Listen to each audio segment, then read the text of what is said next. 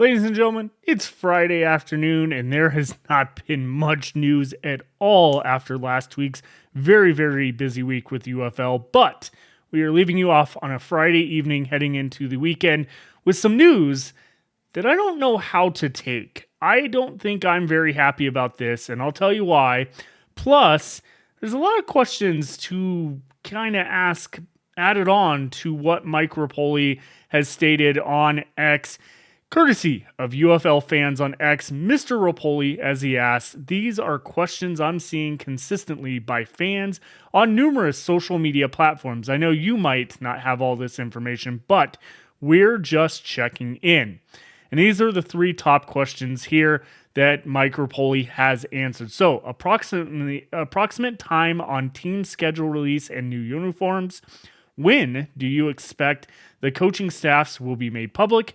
And then when will we be told which rosters are going? Basically indicating which relocated teams are going to what new markets and everything like that. Well, the answer that we got from Mike Repole may not make many people that happy, and I'll give you the response of what James Larson said as well.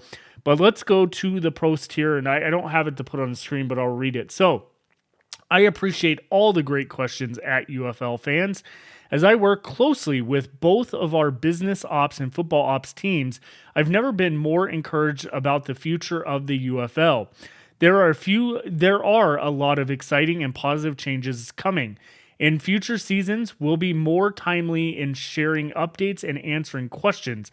But right now, our full focus is putting the best product on the field and delivering the best product or best possible fan experience in everything we do, which I'll stop right there because in future seasons, we'll be more timely. Well, we've been told this for going back to 2022 with we'll be more timely in sharing updates, and that never happens. It continues to be the same thing over and over again. But hey, it is what it is.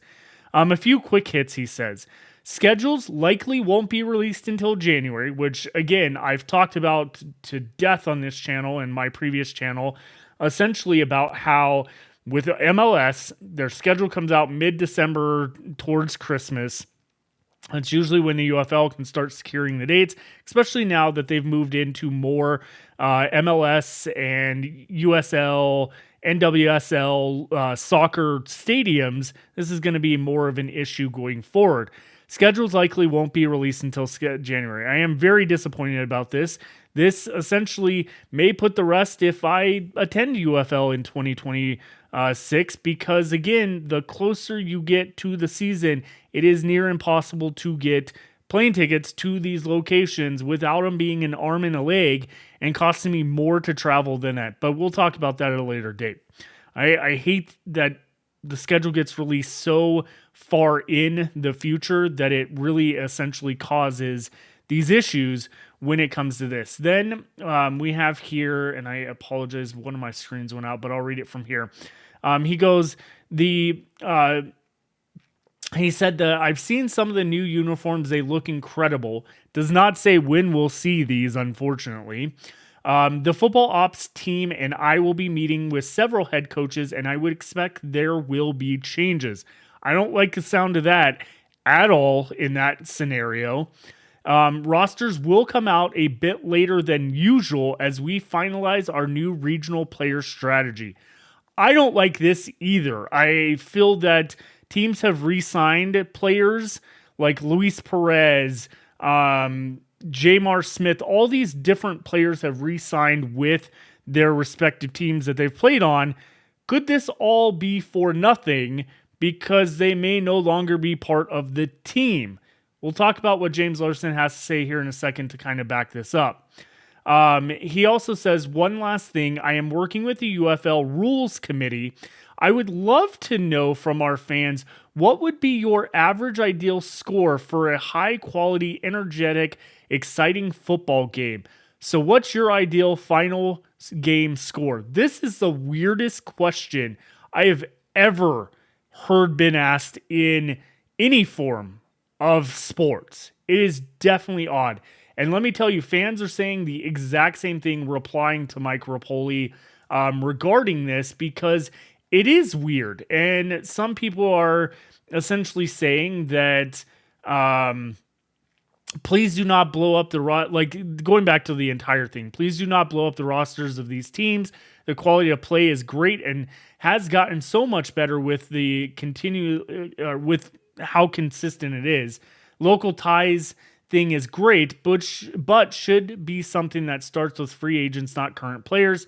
Someone said that 31-28 is a typically indicative of a good football game. I'd like to see about 40 to 45% of drives end in points, which is a weird thing too, because is that like, it almost gets to that territory. Are we scripting football? It's a very weird thing to say.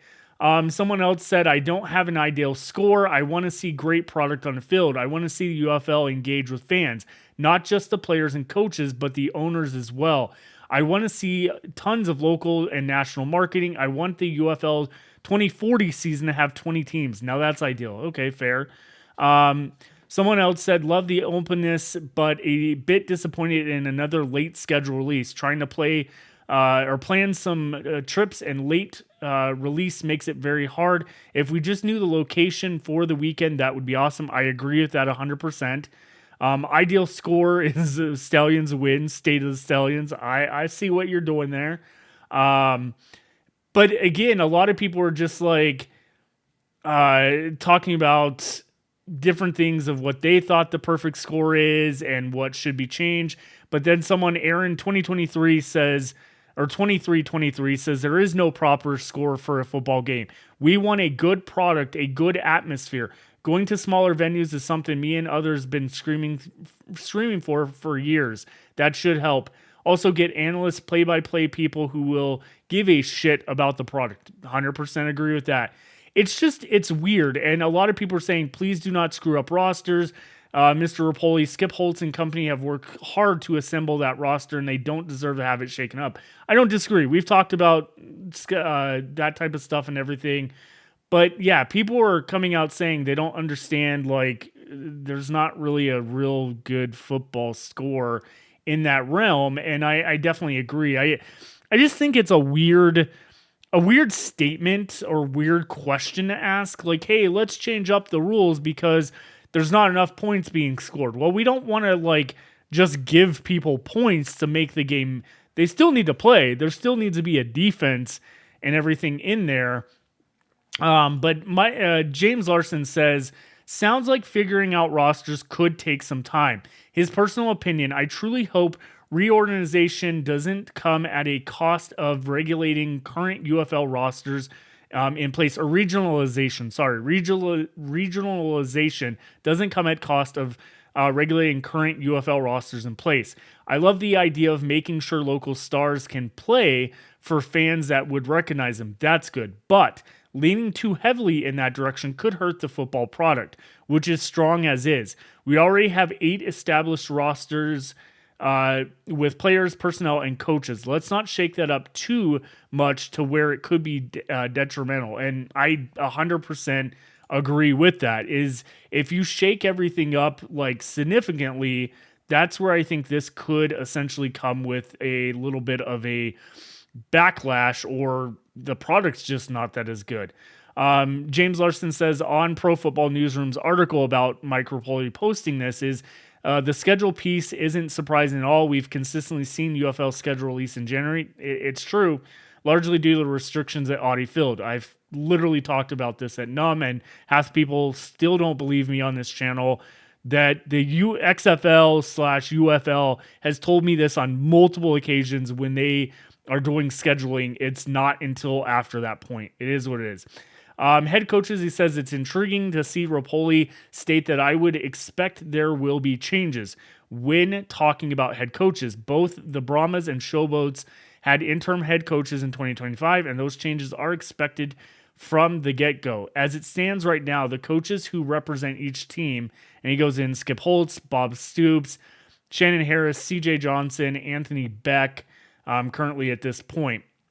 We don't know where the Michigan Panthers, Memphis Showboats, or San Antonio Brahmas will be placed, as in the roster and coaching staff and stuff.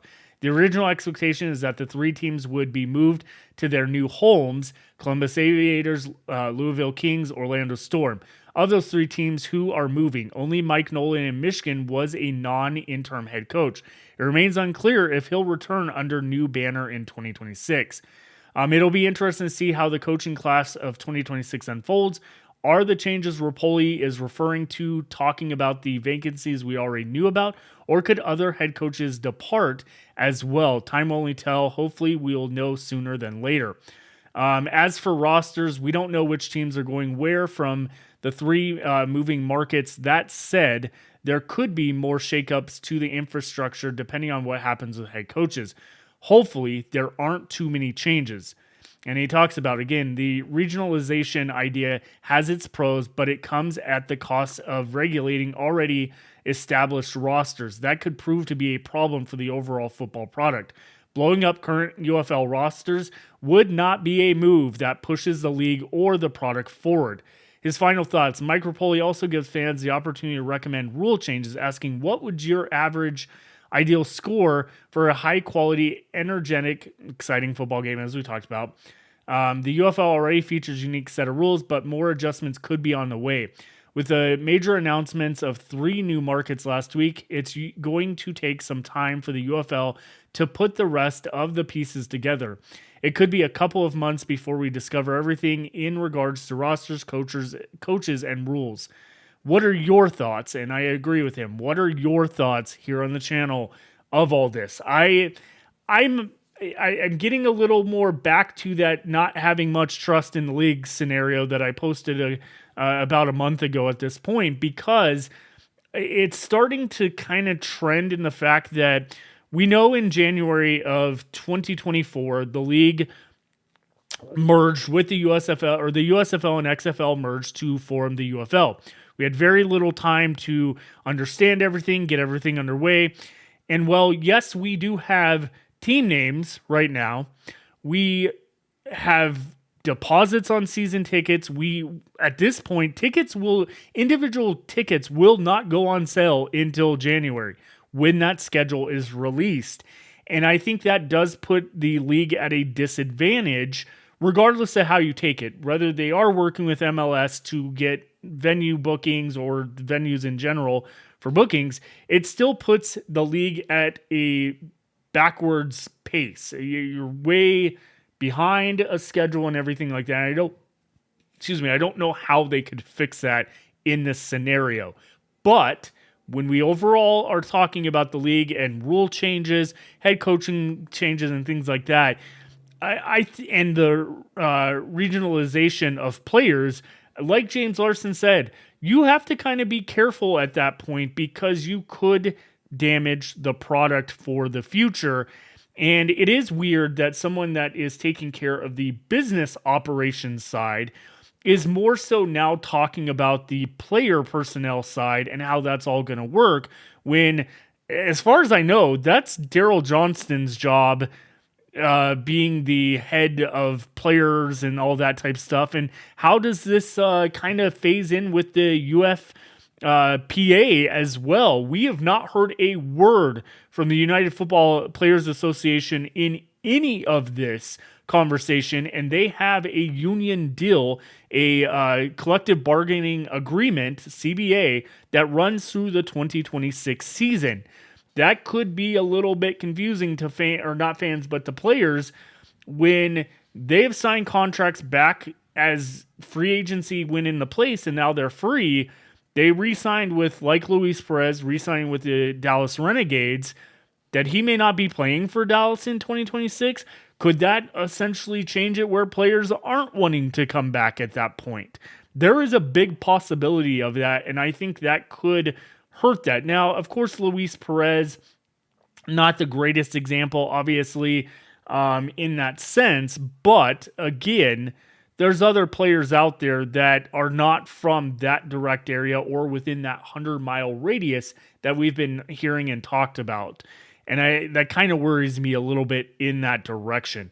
Let me know in the comments what you think about all these comments, and stay tuned to this Monday. We will have some additional information that we're kind of not learning, but Mike Repole has been teasing on social media potentially about another expansion team in 2028 or a location based on some news that came out. But we'll talk about that on Monday and kind of go from there. So make sure, if you haven't done so already, to hit that subscribers button below.